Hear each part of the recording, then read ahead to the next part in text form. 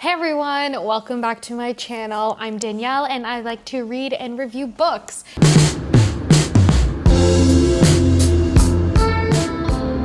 This is my May reading wrap and I can't believe that it's already June and I'm only filming this now. I feel like May just completely flew by, and honestly I am so here for the warmer weather. I'm so excited. Okay, so today we're gonna do a little bit of a reading wrap up because I don't have my books with me. I just have like my Fable screen of books I've read over here and like my notebook that I quickly scribbled on here of the books that I finished in May. Honestly, I had a lot of great reads. I didn't really complete a lot. I still have some that are on the go, but June is already shaping up to be a really great reading month and I'm so excited for it. The books I read in May, not to say that, they weren't very good or anything and that's why I didn't read a lot. Honestly, I was just busy. Did do some great bookish events. I went to an author signing, which I posted a video about. To see Carly Fortune. She is a Canadian author, which is really cool. This was my second time meeting her. Later this month, I'm seeing V.E. Schwab for the launch of her latest book, Bury Our Bones in the Midnight Soil. I'm so excited for it. And yeah, there's just also some local author events that are happening. I'm reading some great arcs. So let's get into it. Okay, so the first book I finished in the month of May is Morning Star by Pierce Brown. So it is the third book in the Red Rising series, and needless to say, that last book really blew my mind. Honestly, just the character arcs of what was going on was really fantastic, and I absolutely had a great time reading it. I think the trilogy as a whole, quite top tier. I'm very excited to continue on with the series. The OG trilogy, I believe, is isolated, and then there's a time jump.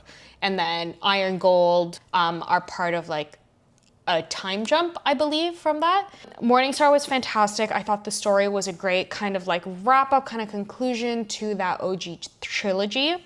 My one thing for it is I do wish there was a little bit more of a conclusion. If there was 2 or 3 chapters more to help wrap things up nice and tightly, it would be a little bit better. The ending felt a little bit rushed. I think there's just 2 chapters after the big conclusion happened and then the quick follow-up afterwards. But as a whole, I really highly recommend the Red Rising trilogy. The sci-fi of it isn't too, it just take a minute to get into, just to understand the writing of it, how the story is being told, and it's different from fantasy in the sense of how things are written. Obviously, it's a completely different genre, but also how you imagine things. I find for fantasy, it depending on how complex it is. If it's a high fantasy novel, then it takes a lot to really build your story, build your plot, the political system,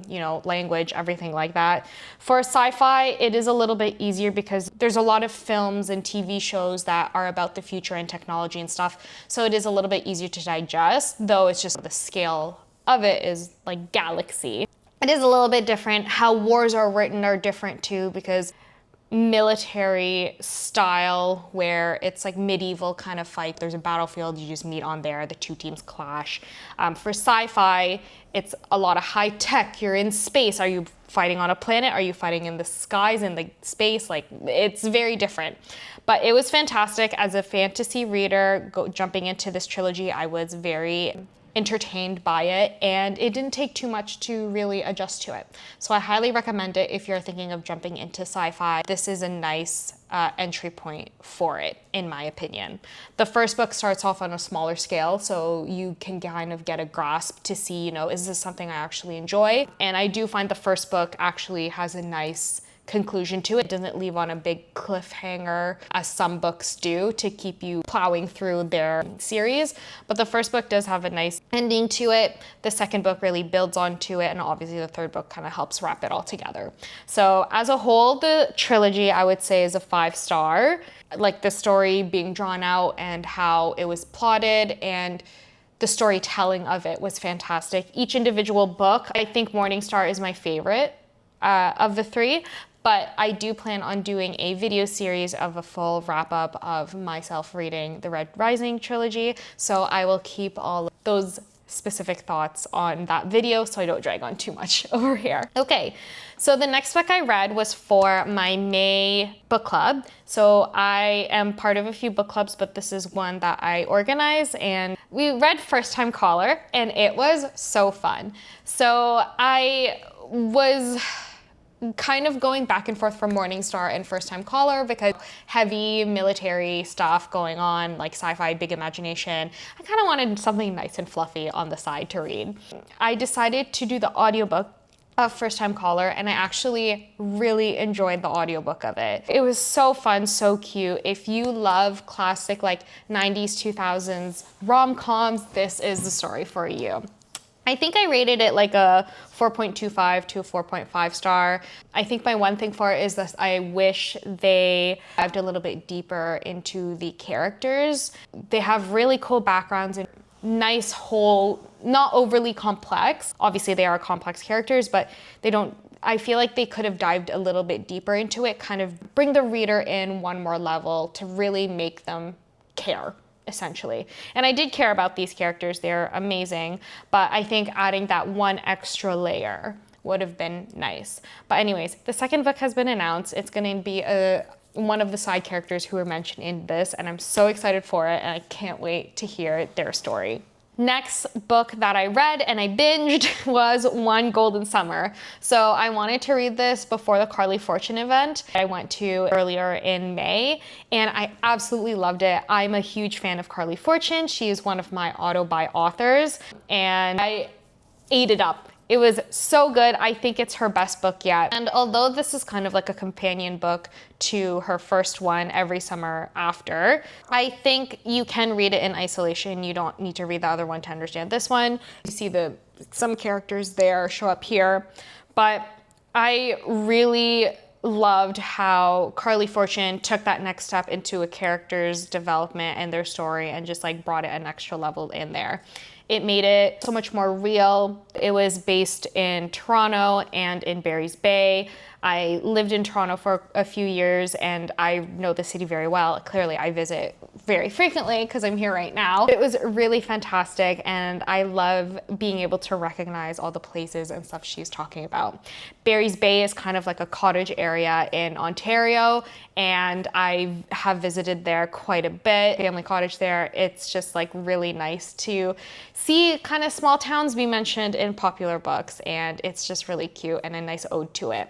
The fact also that she grew up there and knows the place very well, not just, Googling popular place or like things to do in Barry's Bay and just putting it out there. She actually did her research. She knows it well, and she wrote it very succinct, and I really enjoyed this book. It was a nice first summer book, essentially, I would say. Really get me into the summer reading mood, especially for like romances. I love a contemporary romance in the summer. It's just nice, easy breezy, and a one and done kind of thing. Next book I read, which is actually the last book I completed in the month of May, is the first book in the Murderbot series. So I read All Systems Red on May 31st. I read it in one sitting, basically, and it was really fun.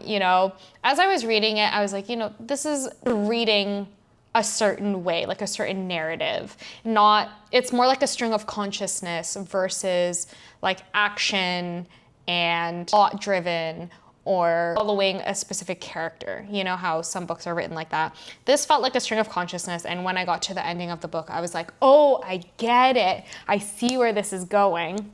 So as soon as I finished the first book, I think I read it in like 45 minutes. It's only 150 pages. It's pretty short. So it was a nice rainy day when I read it. So I binged through it. It was so fun. I picked up the next book, and I'm really liking where the direction is going with this. And I am very invested to see where it goes. I also heard that it's becoming a show. I think the first few episodes or season is out for it. I don't necessarily know if I'm going to watch the television show, if I'm completely honest. I'm not really in a TV show mood. I've been trying to watch the second season of The Summer I Turned Pretty because I did hear the last season is coming out soon. I really like the books, and it's one of my favorite series when I was growing up. I just a hard time with the attention span. I'm really into movies right now because it's just like a one and done kind of thing. My contemporary romances for the summer. So that's kind of why I don't think I'll watch it. Maybe in the wintertime or fall when it's colder, more cozy, want to stay inside more, I might sit down and actually watch it, and that way all the episodes will be out if it isn't already. But anyways, I really enjoy where it is going. If you have read the series and watch the show, let me know what you think of it. I'd love to hear your thoughts if it compares really well. If you think it is worth watching, that would be really cool. Some books that I started in May and I'm still currently reading. First one is Night and the Moth by Rachel Gillig. So I actually found that book early at a bookstore, and of course I had to get it. And I started the book that day. I honestly have to say I am really enjoying it more than One Dark Window. The gothicness of it, the storyline, it really drew me in. I kind of reached a reading slump when in the middle of it, just kind of because I've been reading a lot of heavy fantasy books at the moment. So I just kind of wanted something nice and fluffy, so that's why I kind of picked up those romance books, and it's been nice and good to go with it.